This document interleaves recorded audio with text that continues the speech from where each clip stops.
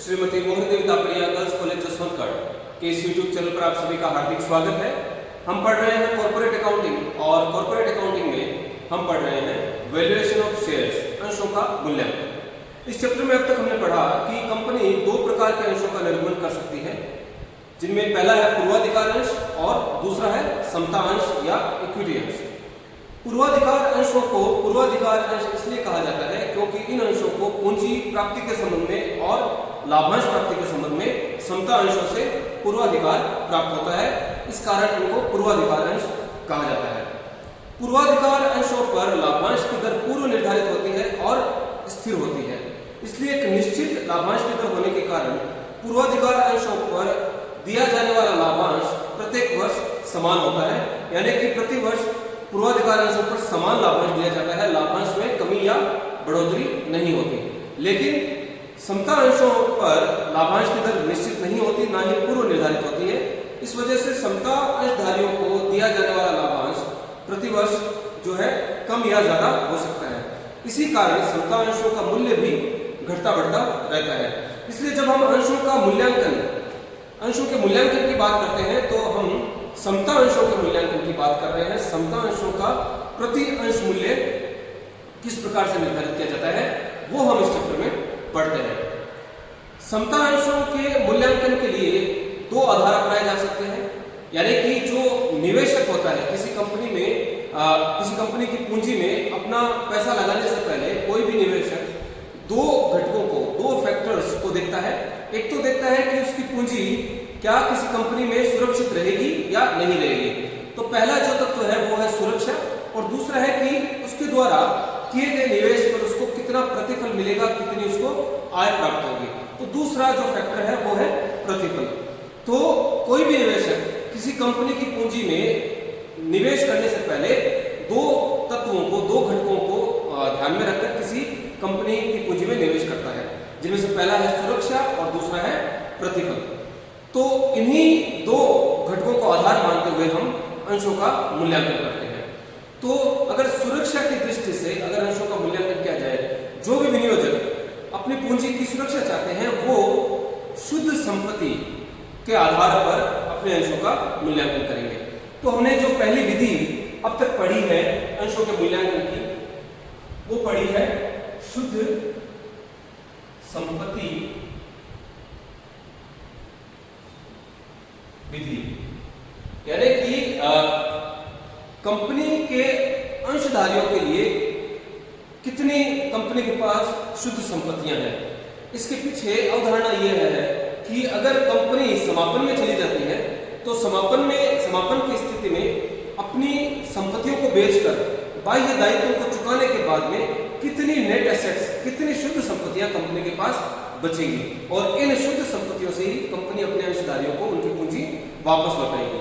तो शुद्ध संपत्तियों की राशि में अंशों की संख्या का भाग लगाने पर प्रति अंश मूल्य ज्ञात हो जाता है। तो जो निवेशक सुरक्षा को ज्यादा महत्व देते हैं, अपने निवेश के, अपने पूंजी की सुरक्षा को ज्यादा महत्व देते हैं, वो निवेशक शुद्ध संपत्ति विधि के आधार पर अंशों का मूल्यांकन करते हैं। यानी कंपनी के पास, कंपनी के अंशधारियों के लिए समापन की स्थिति में कितनी शुद्ध संपत्तियां मौजूद होंगी, और शुद्ध संपत्तियों से ही प्रत्येक अंश के पीछे कितनी राशि वापस लौटाई जाएगी। तो शुद्ध संपत्ति विधि से जब हम वैल्यू पर शेयर ज्ञात करते हैं तो वैल्यू ऑफ नेट एसेट्स, और ये जो नेट एसेट्स है, ये नेट एसेट्स है available for share holders, equity share holders, समता अंशधारियों के लिए उपलब्ध शुद्ध संपत्तियां, और इनमें हम भाग लगाएंगे नंबर ऑफ शेयर्स का। तो नेट एसेट्स की राशि में, शुद्ध संपत्तियों की राशि में अंशों की संख्या का भाग लगा देने से एक अंश के पीछे कितनी शुद्ध संपत्तियां हैं वो हमको पता चल जाता है, और वही प्रति अंश मूल्य कहलाता है। तो ये जो अब तक हमने बात की, ये हमने बात की समता अंशों के मूल्यांकन की। अब अगर किसी कंपनी के द्वारा पूर्वाधिकार अंश भी निर्मित किए हुए हों तो उस स्थिति में अंशों का मूल्यांकन किस प्रकार से किया जाता है उसकी बात हम आज की क्लास में करेंगे। जब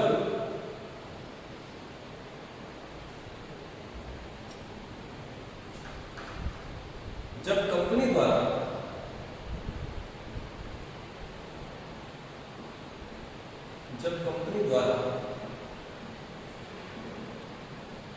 पूर्वाधिकार अंश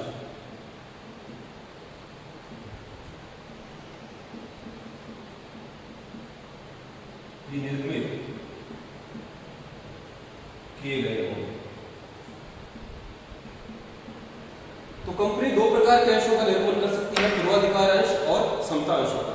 तो जब कंपनी के द्वारा पूर्वाधिकार अंशों का निर्माण भी किया गया हो तो उस स्थिति में वैल्यू पर शेयर अंश का मूल्य इस प्रकार से ज्ञात किया जाता है। तो जब पूर्वाधिकार अंश निर्मित किए गए हैं तो पूर्वाधिकार अंशों को पूंजी प्राप्ति और लाभांश प्राप्ति के संबंध में पूर्वाधिकार होता है। तो अगर कंपनी समापन की स्थिति में चली जाती है तो संपत्तियों को बेचकर बाह्य दायित्वों को चुकाने के बाद में सबसे पहले पूर्वाधिकार अंशधारियों को उनकी पूंजी और पूर्वाधिकार अंशों पर जो बकाया लाभांश है वो पूर्वाधिकार अंशधारियों को चुकाया जाएगा और उसके बाद में जो शुद्ध संपत्तियां बचती हैं उनसे समता अंशधारियों को उनकी पूंजी वापस लौटाई जाएगी। तो पहली स्थिति उत्पन्न हो सकती है जब वो कंपनी द्वारा पूर्वाधिकार अंश निर्मित किए गए हों तो पूर्वाधिकार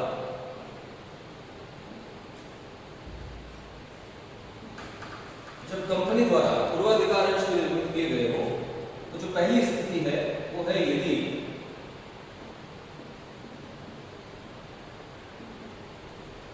पूर्वाधिकार अंशों को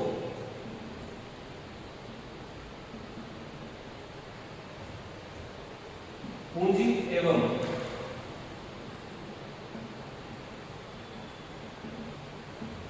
लाभांश प्राप्ति का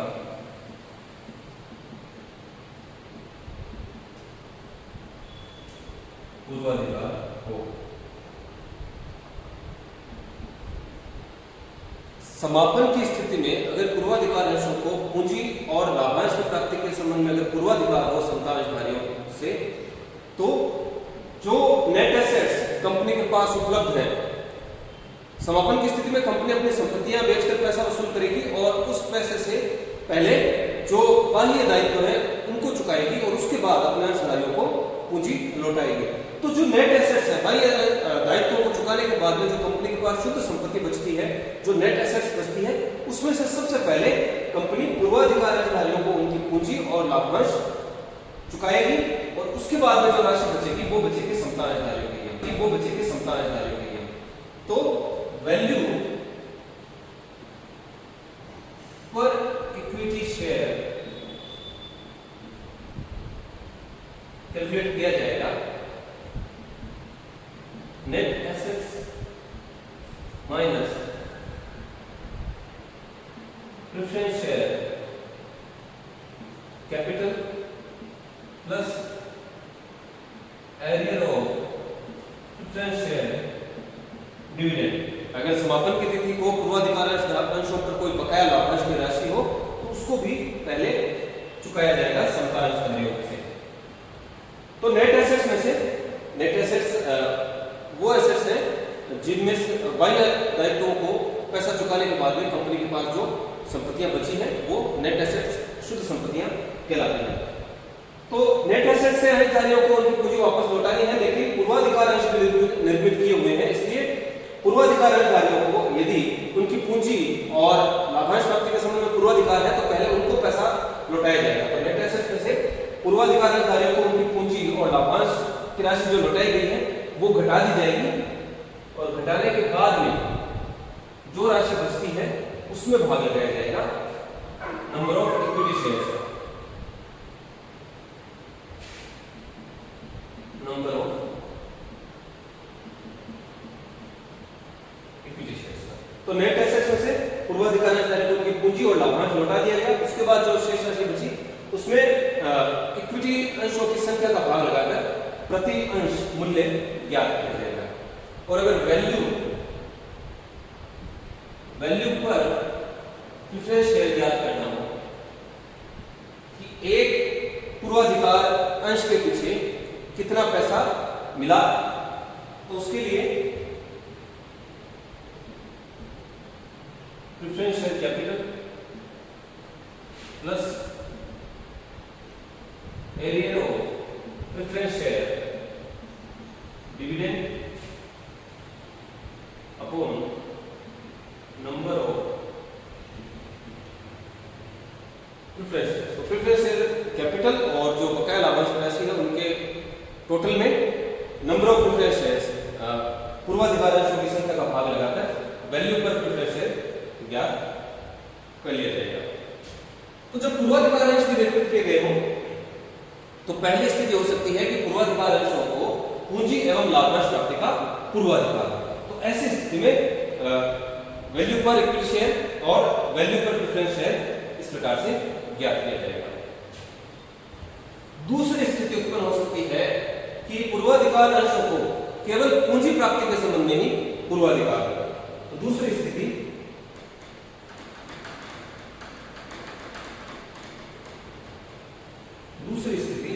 यदि पूर्वाधिकार अंशों को केवल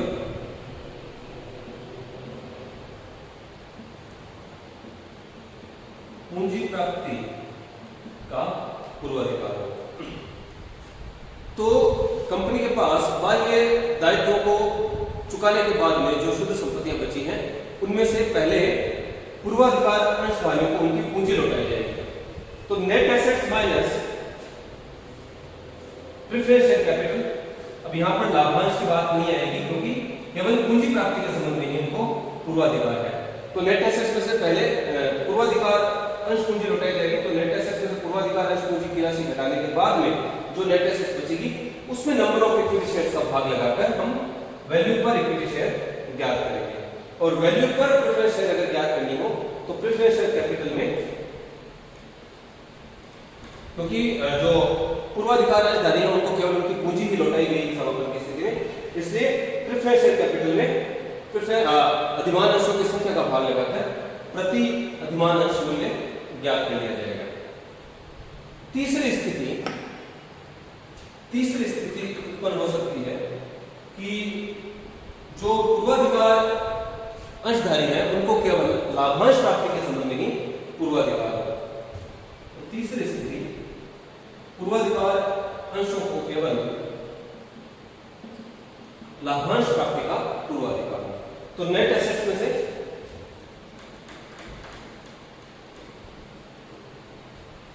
जो एरियर ऑफ डिविडेंड है, लाभांश की जो बकाया राशि है, arrear of preference share dividend, वो घटा दिया जाएगा और जो राशि बचती है उसमें number of equity shares plus number of preference shares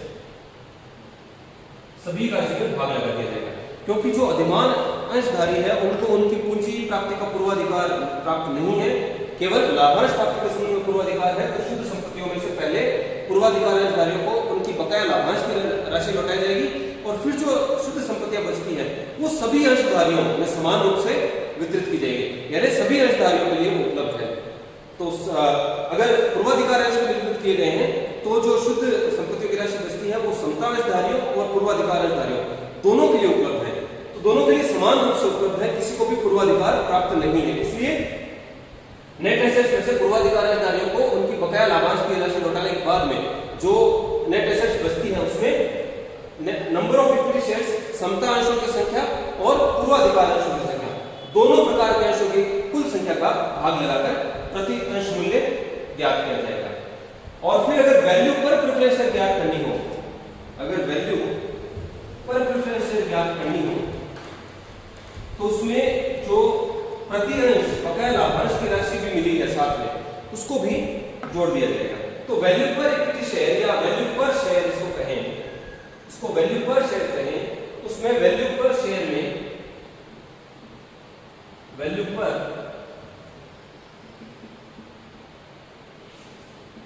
पर शेयर में जो प्रति अंश बकाया लाभांश की राशि मिली है पूर्वाधिकार अंशों पर वो भी जोड़ दी जाएगी और वैल्यू पर प्रेफरेंस शेयर ज्ञात कर लिया जाएगा। Arrear of preference share dividend यानी जो बकाया लाभांश की राशि मिली है उसमें नंबर ऑफ प्रेफरेंस शेयर्स का भाग लगा दिया जाएगा। नंबर ऑफ प्रेफरेंस शेयर का भाग प्रति अंश बकाया लाभांश की राशि ज्ञात कर ली जाएगी और वैल्यू पर शेयर में प्रति अंश बकाया लाभांश की राशि को जोड़ने के बाद में वैल्यू पर प्रेफरेंस शेयर ज्ञात हो जाएगी। और एक चौथी स्थिति उत्पन्न हो सकती है जब पूर्वाधिकार अंश ये निर्मित किए गए हो, तो चौथी स्थिति उत्पन्न हो सकती है कि पूर्वाधिकार अंशों को पूंजी एवं लाभांश प्राप्ति का पूर्वाधिकार न हो, यानी समापन की स्थिति में पूर्वाधिकार अंशधारियों को पूंजी और लाभांश प्राप्ति के संबंध में अगर पूर्वाधिकार ना हो तो जो शुद्ध संपत्तियां हैं वे शुद्ध संपत्तियां दोनों प्रकार के अंशधारियों के लिए समान रूप से उपलब्ध होंगी। इसलिए नेट एसेट्स में दोनों प्रकार के अंशों की कुल संख्या का भाग लगाकर वैल्यू पर शेयर ज्ञात कर लिया जाएगा। तो जो वैल्यू पर शेयर आएगी वही वैल्यू पर इक्विटी शेयर होगी और वही वैल्यू पर प्रेफरेंस शेयर कहलाएगी।